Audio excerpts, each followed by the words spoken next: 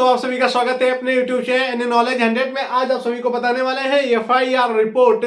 आपको अगर किसी पुलिस वाले पे पुलिस के खिलाफ लिखनी है तो कैसे लिखेंगे, कौन कौन से स्टेप आपको फॉलो करना पड़ेगा जिससे कि आपकी FIR एक अच्छी तरीके से, मजबूत तरीके से पुलिस वाले की नौकरी को उड़ा सके। तो सभी दोस्त आ जाएंगे, सीखेंगे कि कैसे, कौन कौन से स्टेप रहने वाले हैं, कितने स्टेप रहेंगे।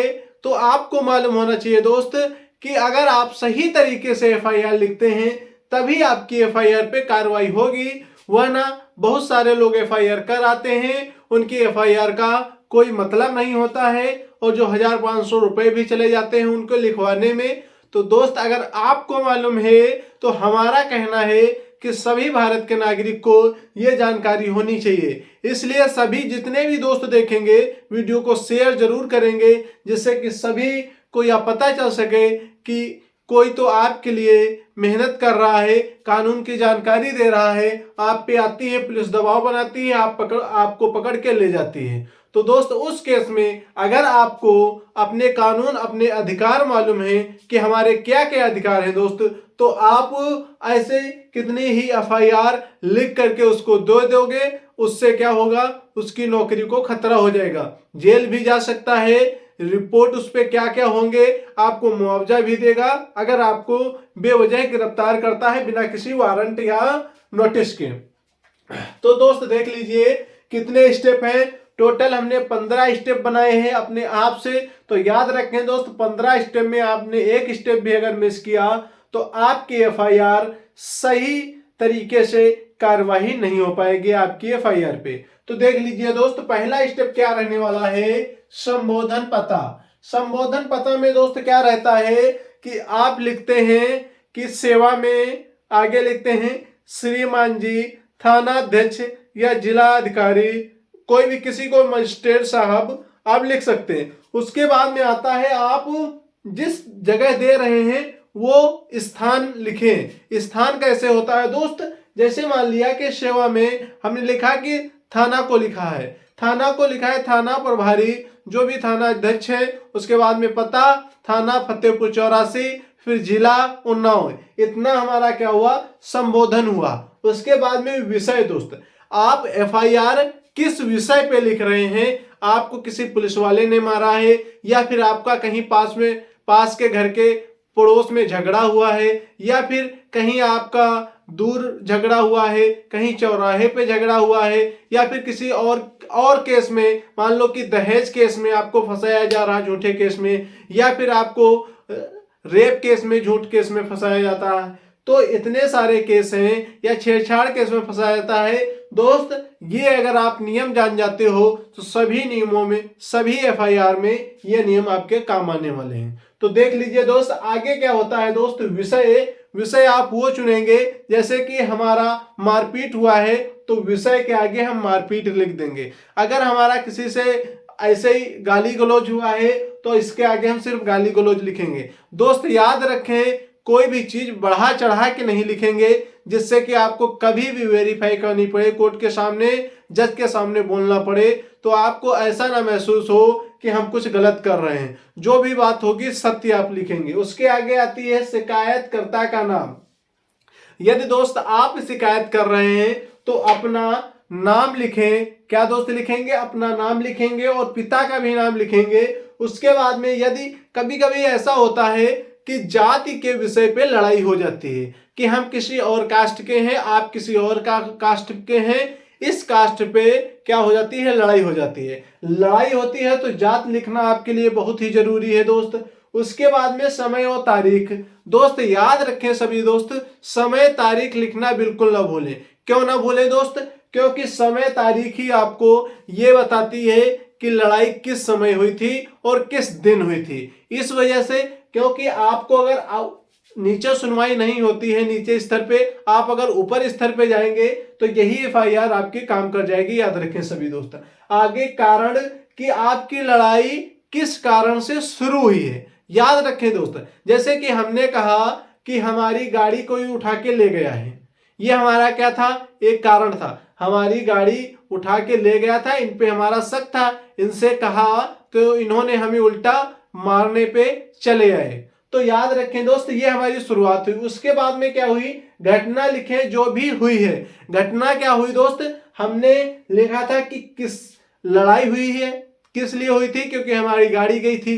इसके बाद में लिखा कि इन्होंने आए हमें मारा पीटा, क्या किया, मारा पीटा और गाली दी, अभद्र तरीके से मेरे परिवार के साथ में पेश आए। अब दोस्त आता है जिसने घटना को अंजाम दिया, उसका नाम पता, पिता का नाम, जात पता लिखें। तो दोस्त याद रखें, जिससे आपसे लड़ाई हुई है, जो विवश का है आदमी, उसका आपको नाम लिखना है, पता लिखना है और पिता का नाम लिखना है, जाति भी लिखना है। याद रखें सभी दोस्त। आगे दोस्त आता है कैसे आपको मारा है, आपको थप्पड़ से मारा है, या फिर आपको गाली दी है, या फिर आपको किसी धारदार हथियार से मारा है, या किसी बंदूक कट्टा से मारा है, ये याद रखेंगे। ये भी उसमें एफआईआर में मेंशन करना है 8वें नंबर का। आगे दोस्त आता है कि कितने लोगों ने मिलकर मारा। दोस्त उस गैंग में एक ही इंसान था, या फिर 4-5 लोग थे, या फिर 10-12 लोग थे, सभी मिलकर मार रहे थे, या कुछ लोग वीडियो बना रहे थे।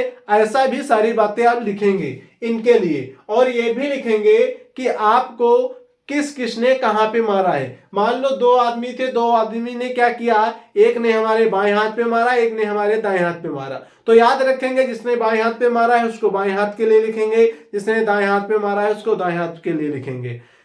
याद रखें दोस्त, कोई भी चीज फालतू नहीं होनी चाहिए कि मेरे पैर पे मार दिया था, पैर टूट गया। और पैर दोस्त डॉक्टरी हुई तो पता पैर चला कि टूटा ही नहीं, सिर्फ हाथ ही दोनों टूटे थे।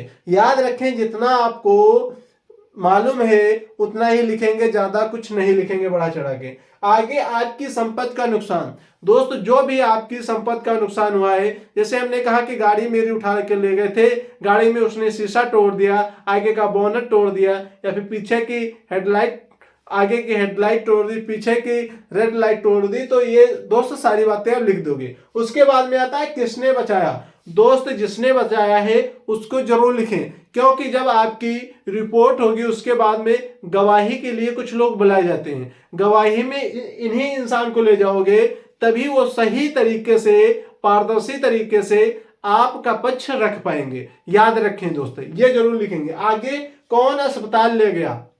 दोस्त जो अस्पताल ले जाता है वो कौन ले जाएगा, आपको बचाने वाला ही, या फिर कोई और भी ले जा सकता है।